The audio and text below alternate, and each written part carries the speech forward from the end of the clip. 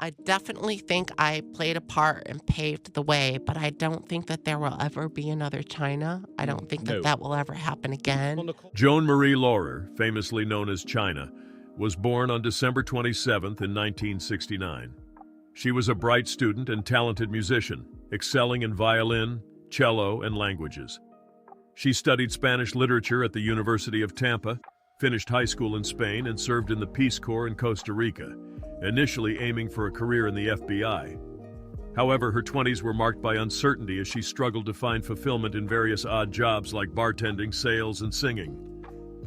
I never drank. I was telling the story that I was a resident assistant. I was in charge of my entire floor. I was total goody two. I was very uptight, didn't have any fun. Laura's early life was marked by profound struggles. In her autobiography, If They Only Knew, she revealed the pain and family dysfunction she endured growing up. Her biological father was a violent alcoholic, and the instability at home continued with her stepfathers. After her mother took the children and left, Laurer's upbringing felt transient and unstable. By the age of 16, her mother urged her to enter drug rehab. Laura's challenges extended beyond her home life. She was molested by a teacher during her school years and raped by two men in college. In the 1990s, while living in New Hampshire, Laura discovered her passion for wrestling by chance. This newfound outlet allowed her to embrace her powerful presence and connect with audiences. Reflecting on her journey in a 1999 interview, she said, "I'd been rejected at everything. I could go out and be this big, huge female and entertain people. That'd be my niche." And that's exactly what she did. Chyna didn't just wrestle her male WWE opponents, she beat them. If that weren't impressive enough, she could also bench 300-plus pounds without a spot. Chyna's nickname, the ninth wonder of the world, really said it all. Her meteoric rise in the public eye meant a downward spiral just as abrupt would follow. You look different. Yeah, I do. Yeah, and it's really interesting to see what she, used to look like. April 17th, 2016. Happy Sunday, my lovelies. I hope you all enjoy your day with your family. Be happy, love each other, and live in peace. Those were the last words ever heard from Chyna. A caption on a selfie she posted to Instagram earlier that day. But it was only 3 days later that her body was found in her Redondo Beach, California apartment. From Southern California, it's a shocker for millions of wrestling fans. WWE legend Chyna has died. The coroner's toxicology report revealed that she died from an accidental overdose. A combination of alcohol, anxiety medications like diazepam and nordazepam, oxycodone, and a sleep aid contributed to her passing. Chyna's best friend Rob Potilo offered a poignant reflection on Chyna's struggles in the last years of her life. He recalled how other wrestlers would avoid her at Comic-Cons. Adding to the rejection, in the summer of 2015, she visited WWE's headquarters in Stamford with a documentary crew, hoping to rekindle some form of relationship with the organization. However, she was turned away at the door, a moment that deeply affected her mentally in the last months of her life. And lo and behold, I get a fax saying, "Thanks, but no thanks. We don't need you anymore. You're still on contract, but we don't need you anymore." So basically, F you. Potilo expressed that Chyna's sense of isolation and the betrayal she felt from those who had turned their backs on her were devastating. This was someone who died of a broken heart, Potilo concluded. Such a shocking revelation meant there was a lot more to Chyna's tragic demise than her fans could ever imagine. Her final days. Leading up to her death, Chyna displayed a mix of nostalgia, humor, and subtle signs of distress that left her fans concerned. On Saturday, April 16, 2016, Chyna alarmed her followers when she joked on Twitter about reenacting the famous shower scene from Psycho, where a woman is to death. The tweet immediately raised concerns, prompting Chyna to clarify, "I love reenacting these old movies. I can be silly and goofy, and I hope you all know I'm in a good place right now." As the weekend progressed, Chyna spent Sunday midday sharing a series of old photos on Twitter, reflecting on memories with her WWE colleagues and expressing how much she missed them. This wave of nostalgia painted a picture of someone longing for connection and happier times. However, her social media activity also took a darker turn when she posted 2 photos on Instagram showing herself with a black eye. The images further fueled worries among her fans about her well-being. That same day, Chyna shared an unsettling video that added to the concerns. In the 13-minute clip, she appeared to be in a reflective and somewhat disjointed state. Yum yum, drink it up. Roly poly fish, fish heads, roly poly fish heads. Eat them up, eat them up, eat them up. Yum. Though she repeatedly mentioned how lucky she felt, there was an undeniable sense of sadness in her tone and facial expressions. Her speech was slurred as she made a smoothie, and the video was filled with tangents that seemed to reveal a deeper underlying struggle. But what could have happened to lead to this final plea for help? A WWE legend. Chyna revolutionized the role of women in professional wrestling. Before her arrival, women primarily played minor roles, either as in-ring performers like the Fabulous Moolah and Mae Young, or as side-of-the-ring figures like Miss Elizabeth. Chyna broke the mold by becoming the first woman in WWE history to be taken as seriously as the male wrestlers. Her unmatched physicality, strength, and presence made her a formidable force in the ring.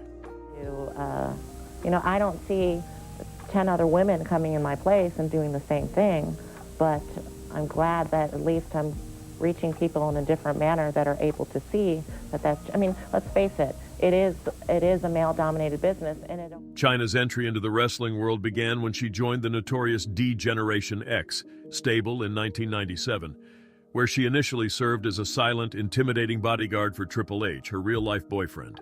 Her incredible strength, demonstrated by her ability to bench press over 315 pounds, and her willingness to take hits from male wrestlers like The Rock, established her as a groundbreaking figure in the sport. She was a pioneer, challenging and defeating male wrestlers, including becoming the first woman to compete in the Royal Rumble, where she eliminated Mark Henry. Her career reached new heights when she won the Intercontinental title, defeating Jeff Jarrett in a Good Housekeeping match by using household items as weapons. This victory cemented her legacy as a trailblazer in a male-dominated sport. Her contributions to the wrestling world were monumental, and she became an icon, inspiring future generations of female wrestlers. Fall from grace. Chyna's career took a downward turn due to personal and professional struggles. Her downfall began after her romantic relationship with Paul Triple H Levesque, who was instrumental in bringing her into the WWE, ended. Chyna had dreams of marrying Levesque and building a life together, but those dreams were shattered when she discovered he was also involved with Stephanie McMahon, the daughter of the then WWE CEO Vince McMahon. You said at one point that Triple H hit you, and he said he didn't. Did you say that before or after the facts? Like, were you saying that before you left wrestling, and maybe was that one of the reasons? Like, oh, she's stirring up too much trouble, or did you allow that to be known after? This led to tension and ultimately her departure from the WWE in 2001, under circumstances clouded by allegations that her posing for Playboy had contributed to the decision. Vince McMahon has long denied these allegations, but Chyna was written out of WWE storylines, despite being the reigning women's champion at the time. After leaving WWE, Chyna's life spiraled into a series of public struggles. She entered into a tumultuous relationship with fellow wrestler Sean Waltman, leading to the release of explicit videos that further tarnished her image. To look back, do you feel like he ever was in love with you? No. Okay. Oh. He was a user. He was using you. Wow. Yeah, no, I don't think he was in love with me. Maybe with a Then couple how of did the you other guys. I don't know. Her attempts to regain her footing through reality TV appearances and a brief stint with Total Nonstop Action Wrestling were marred by continued controversy and struggles with addiction. Each public misstep distanced her further from a potential return to WWE. New identity. Following her exit, Chyna struggled to find her footing. She did not save her WWE earnings and faced financial difficulties. Her attempts to reinvent herself through reality TV and adult films further distanced her from the career she once loved. The WWE owned the rights to the name Chyna, forcing her to legally change her name to continue using it, but her connection with the organization that had defined her was severed. Venturing out on her own, Chyna found some stability for a while.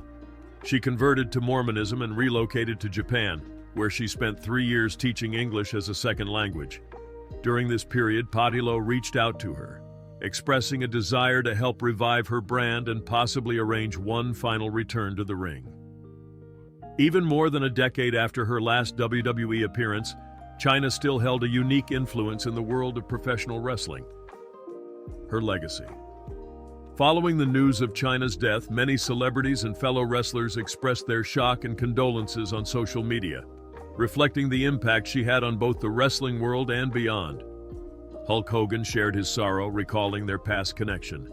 Devastated over Chyna passing, she dated Brutus years before wrestling. Such a beautiful soul and so kind to my children. R.I.P. Joni, love you. Brooke Hogan, daughter of Hulk Hogan, added, "Not even believing Chyna Joan Laurer is gone. She's graduating early. God must have needed an angel." The WWE's official account also mourned her loss, stating they are saddened to learn of the passing of Joni Chyna Laurer. Stephanie McMahon, despite their complicated history, praised Chyna as a pioneer in our industry and noted she will be missed. Wrestler Goldust posted a heartfelt, "Rest easy, baby girl, Chyna Joan Laurer." WWE alum Jillian Hall tweeted about the heavy loss she felt. "Ouch, heavy heart tonight. I literally got a pain in my tummy for this one. A true women's wrestling idol, God bless." Actor Jerry O'Connell called for Chyna's inclusion in the WWE Hall of Fame, tweeting, "RIP ninth wonder of the world. Here's hoping WWE inducts you into the Hoff." As a bittersweet ending to a tumultuous story, the WWE did end up giving Chyna her well-deserved flowers. Joan Marie Laurer, forever known as Chyna, was announced as an inductee into the WWE Hall of Fame class of 2019 on February 18th. She was honored as a member of D-Generation X, the wrestling stable that started it all.